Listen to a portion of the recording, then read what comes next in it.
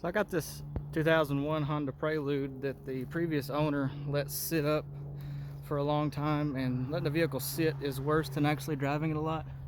It's got rust in the fuel tank.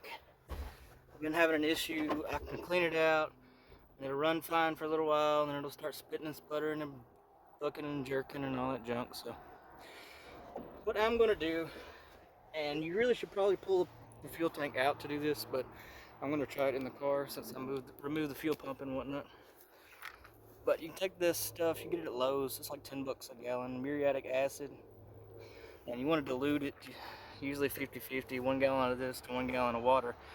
But you let it sit in the gas tank for about 24 hours, I've done it on older vehicles, and it will dissolve the rust that's in there, and then you drain it back out, and of course, uh, flush it out really good to get everything out. So I'm going to try that and see how it works.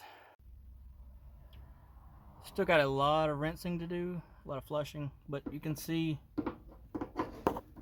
how much cleaner it is. There's actually a line where the acid was versus where it wasn't.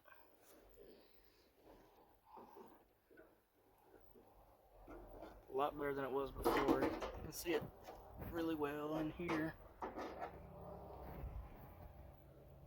I can't get the camera down there low enough. There you go. There's a rust line. But I got most of it out. I got to keep flushing this junk out of here, but I think that's going to help. If you choose to do this, do it at your own risk. I'm not responsible for any damage you cause to your vehicle, but it worked well for me. I took my fuel pump and sending unit out, of course, because I didn't want to burn that up. But yeah, pretty happy with the results. 3 gallons of acid, 3 gallons of water.